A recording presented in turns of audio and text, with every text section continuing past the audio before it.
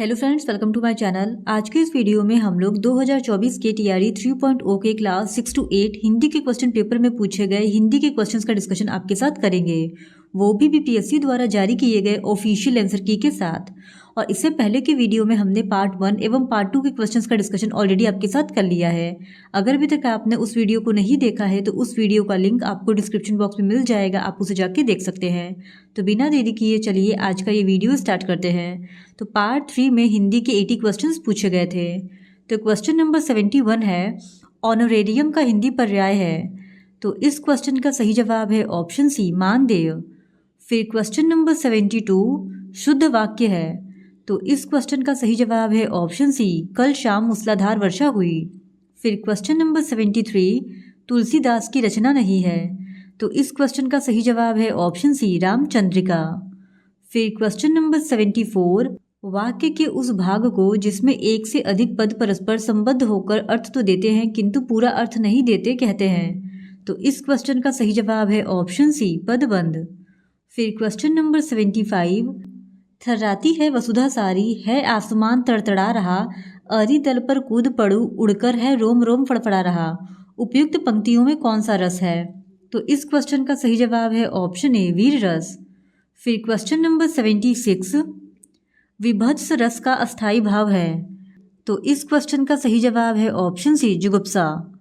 फिर question number 77 घड़ी में तोला घड़ी में माशा लोकोक्ति का अर्थ है। तो इस क्वेश्चन का सही जवाब है ऑप्शन बी, चंचल मन वाला।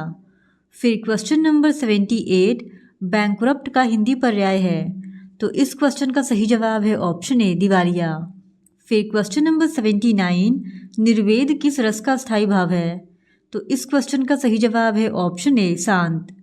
फिर क्वेश्चन नंबर 80 गगनचुंबी शब्द में कौन सा समास है। तो इस क्वेश्चन का सही जवाब है ऑप्शन ए, तत्पुरुष समास। फिर क्वेश्चन नंबर 81 रचना के आधार पर वाक्य कितने प्रकार के होते हैं। तो इस क्वेश्चन का सही जवाब है ऑप्शन सी, 3। फिर क्वेश्चन नंबर 82 रामचंद्र शुक्ल के निबंधों का संकलन है। तो इस क्वेश्चन का सही जवाब है ऑप्शन बी, चिंतामणि।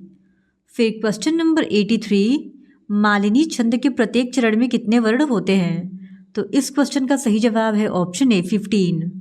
फिर क्वेश्चन नंबर 84 निम्नलिखित काव्य रचनाओं को रचनाकारों के साथ सुमेलित कीजिए तथा सही कूट का चयन कीजिए। तो इस क्वेश्चन का सही जवाब है ऑप्शन बी, यानी कमायनी का हो जाएगा जयशंकर प्रसाद। फिर सरोज स्मृति का होगा सूर्यकांत त्रिपाठी निराला, वीणा का होगा सुमित्रा नंदन पंत और दीप शिखा का होगा महादेवी वर्मा। यानी ए का 2, बी का 1, सी का 4, डी का 3, जो कि ऑप्शन बी में दिया गया है। इसी वजह से ऑप्शन बी इस सवाल का सही जवाब है। फिर क्वेश्चन नंबर 85 डिप्यूटेशन का हिंदी पर्याय है। तो इस क्वेश्चन का सही जवाब है ऑप्शन ए, प्रतिनियुक्ति। फिर क्वेश्चन नंबर 86 चांद का मुंह टेढ़ा है काव्य संग्रह के रचनाकार हैं। तो इस क्वेश्चन का सही जवाब है ऑप्शन बी, मुक्तिबोध। फिर क्वेश्चन नंबर 87 अभ्युदय का संधि विच्छेद होगा। तो इस क्वेश्चन का सही जवाब है ऑप्शन बी, अभि प्लस उदय। फिर क्वेश्चन नंबर 88 सूरदास के गुरु कौन थे। तो इस क्वेश्चन का सही जवाब है ऑप्शन सी, वल्लभाचार्य। फिर क्वेश्चन नंबर 89 संक्षेपण का गुण नहीं है। तो इस क्वेश्चन का सही जवाब है ऑप्शन ए, अलंकृत भाषा।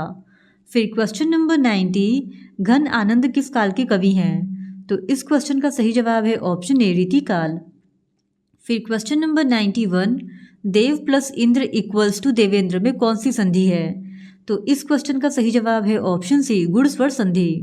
फिर क्वेश्चन नंबर 92 दोहा छंद के प्रथम और तृतीय चरण में कितनी मात्राएं होती हैं। तो इस क्वेश्चन का सही जवाब है ऑप्शन सी, 13। फिर क्वेश्चन नंबर 93 रामधारी सिंह दिनकर की रचना नहीं है। तो इस क्वेश्चन का सही जवाब है ऑप्शन सी, तुलसीदास। फिर क्वेश्चन नंबर 94 खग जाने खगही की भाषा लोकोक्ति का अर्थ है। तो इस क्वेश्चन का सही जवाब है ऑप्शन ए, अपने वर्ग के लोग ही एक दूसरे को समझ सकते हैं। फिर क्वेश्चन नंबर 95 किस वाक्य में 3-13 होना मुहावरे का उपयुक्त प्रयोग हुआ है। तो इस क्वेश्चन का सही जवाब है ऑप्शन सी, पिता की मृत्यु के बाद पूरा परिवार 3-13 हो गया। फिर क्वेश्चन नंबर 96 भरपेट शब्द में समास है। तो इस क्वेश्चन का सही जवाब है ऑप्शन बी, अव्ययी भाव समास। फिर क्वेश्चन नंबर 97, कीतो मिठास दई दयो इते सलोने रूप काव्य पंक्ति में अलंकार है। तो इस क्वेश्चन का सही जवाब है ऑप्शन बी विरोधाभास। फिर क्वेश्चन नंबर 98, असाध्य वीणा के रचनाकार हैं। तो इस क्वेश्चन का सही जवाब है ऑप्शन सी अज्ञेय। फिर क्वेश्चन नंबर 99, कर्मवाच्य है। तो इस क्वेश्चन का सही जवाब है ऑप्शन ए आम खाया जाता है। फिर क्वेश्चन नंबर 100, वार्णमय का संधि विच्छेद होगा। तो इस क्वेश्चन का सही जवाब है ऑप्शन ए वाक प्लस मय। फिर क्वेश्चन नंबर 101, बिहारी लाल किस राजा के दरबार में थे। तो इस क्वेश्चन का सही जवाब है ऑप्शन ए महाराज जय सिंह। फिर क्वेश्चन नंबर 102, संयुक्त वाक्य है। तो इस क्वेश्चन का सही जवाब है ऑप्शन बी वह तरह तरह की मुसीबतों से घिरा था फिर भी निराश न हुआ। फिर क्वेश्चन नंबर 103, समर्थ को नहीं दोष गोसाई लोकोक्ति से तात्पर्य है। तो इस क्वेश्चन का सही जवाब है ऑप्शन ए बड़े आदमी पर कौन दोष लगाए। फिर क्वेश्चन नंबर 104, सूरदास की रचना है। तो इस क्वेश्चन का सही जवाब है ऑप्शन बी साहित्य लहरी। फिर क्वेश्चन नंबर 105, पेट काटना मुहावरे का अर्थ है। तो इस क्वेश्चन का सही जवाब है ऑप्शन ए कंजूसी करना। फिर क्वेश्चन नंबर 106, इंडोलमेंट नंबर का हिंदी पर्याय है। तो इस क्वेश्चन का सही जवाब है ऑप्शन बी नामांकन संख्या। फिर क्वेश्चन नंबर 107, कृष्ण भक्त कवि हैं। तो इस क्वेश्चन का सही जवाब है ऑप्शन डी उपयुक्त में से एक से अधिक। फिर क्वेश्चन नंबर 108, चयन का संधि विच्छेद होगा। तो इस क्वेश्चन का सही जवाब है ऑप्शन सी चे प्लस अन। फिर क्वेश्चन नंबर 109, निम्नलिखित उपन्यासों को उनके लेखकों के साथ सुमेलित कीजिए तथा सही कूट का चयन कीजिए। तो इस क्वेश्चन का सही जवाब हो जाएगा ऑप्शन सी, यानी कंकाल का हो जाएगा जयशंकर प्रसाद, फिर निर्मला का हो जाएगा प्रेमचंद्र, परीक्षा गुरु का हो जाएगा श्रीनिवास दास और झूठा सच का हो जाएगा यशवाल। यानी ऑप्शन सी ए का 3, बी का 4, सी का 2, डी का 1 इस सवाल का सही जवाब है। फिर क्वेश्चन नंबर 110, मिश्र वाक्य है। तो इस क्वेश्चन का सही जवाब है ऑप्शन ए जिसने दुख नहीं देखा उसने दुनिया में कुछ नहीं देखा। फिर क्वेश्चन नंबर 111, मंद मंद मुरली बजावत अधर धरे, मंद मंद निकस्यो मुकुंद मधु बनते उपयुक्त काव्य पंक्तियों में काव्य गुण है। तो इस क्वेश्चन का सही जवाब है ऑप्शन ए माधुर्य। फिर क्वेश्चन नंबर 112, प्रेमचंद्र द्वारा लिखित उपन्यास नहीं है। तो इस क्वेश्चन का सही जवाब है ऑप्शन ए तितली। फिर क्वेश्चन नंबर 113, जब एक वस्तु पर दूसरी वस्तु का आरोप किया जाए वहाँ कौन सा अलंकार होता है। तो इस क्वेश्चन का सही जवाब है ऑप्शन बी रूपक। फिर क्वेश्चन नंबर 114, परि प्लस छेद इक्वल्स टू परिच्छेद में कौन सी संधि है।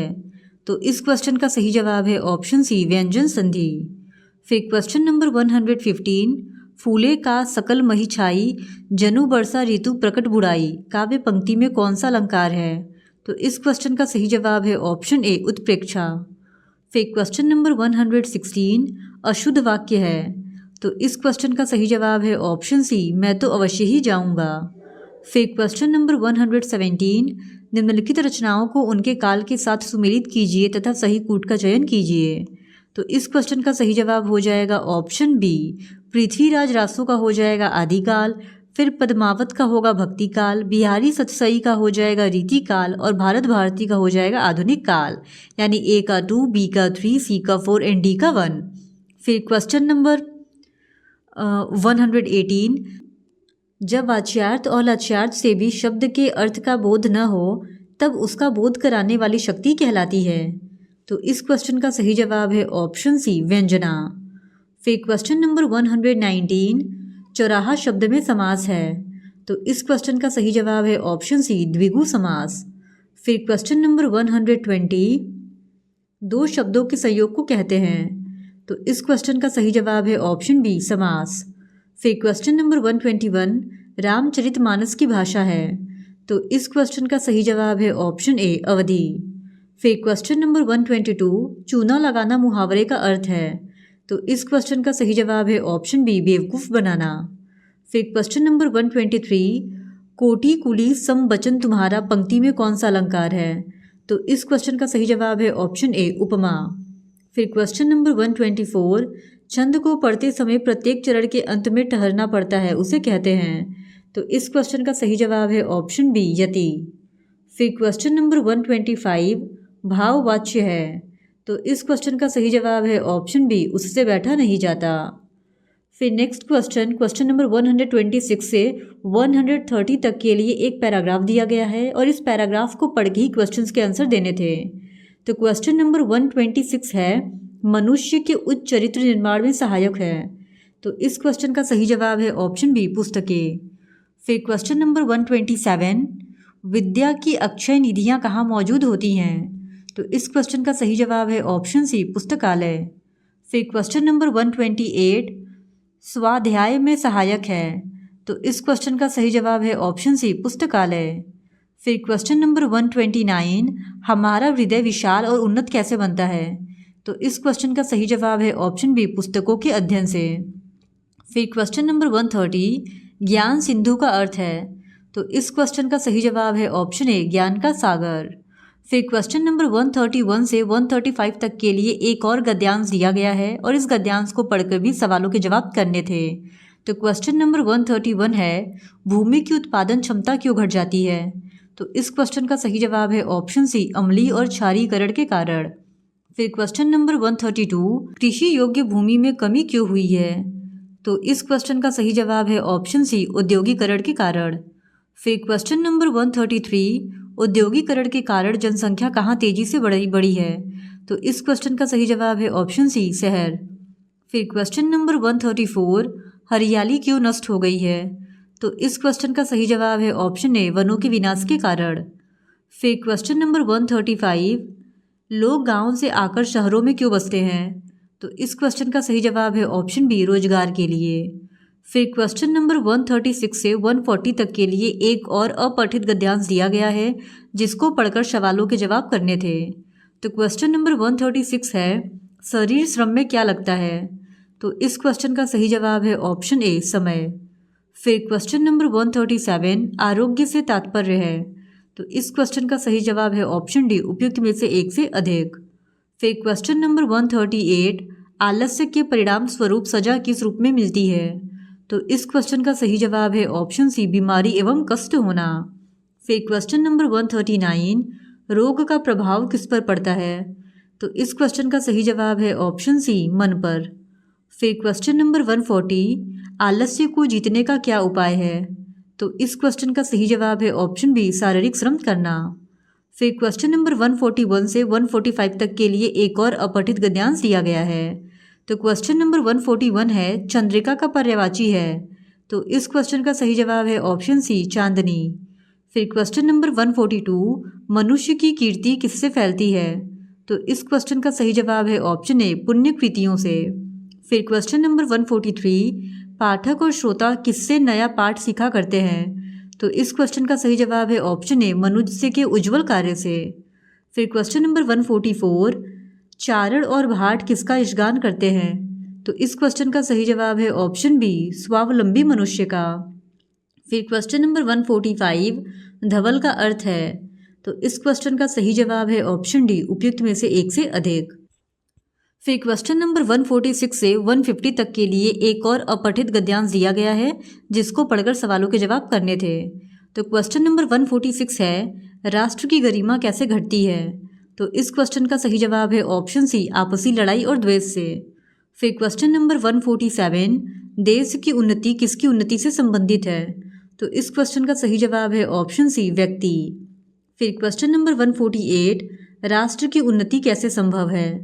तो इस क्वेश्चन का सही जवाब है ऑप्शन सी, देश की शक्ति और व्यवस्था को बनाए रखने से। फिर क्वेश्चन नंबर 149 देश को पीछे क्या ले जाता है। तो इस क्वेश्चन का सही जवाब है ऑप्शन बी, छोटी छोटी बातों पर लड़ना। फिर क्वेश्चन नंबर 150 भाईचारे के संबंध के लिए आवश्यक है। तो इस क्वेश्चन का सही जवाब है ऑप्शन ए, मतभेदों को भुलाना। तो आज के इस वीडियो में हमने टीआरई 3.0 के क्लास 6 to 8 के हिंदी के क्वेश्चन पेपर में पूछे गए हिंदी के सारे क्वेश्चंस का डिस्कशन आपके साथ कर लिया है। और अगर आपको कंप्लीट क्वेश्चन पेपर का डिस्कशन देखना है तो उस वीडियो का लिंक आपको हमारी डिस्क्रिप्शन बॉक्स में मिल जाएगा, आप वहां से जाके देख सकते हैं। और अगर आपको इस क्वेश्चन पेपर का PDF चाहिए तो इसके लिए आप हमारे टेलीग्राम चैनल से भी जुड़ सकते हैं, उसका लिंक भी आपको डिस्क्रिप्शन बॉक्स में मिल जाएगा। और TRE 1 और TRE 2 के क्वेश्चन पेपर भी आपको हमारे चैनल पे मिल जाएंगे और उसका लिंक भी आपको डिस्क्रिप्शन बॉक्स में दे दिया जाएगा। और इसी तरह और भी प्रीवियस ईयर क्वेश्चन पेपर को देखने के लिए please do subscribe to my channel and like this video. Thank you very much.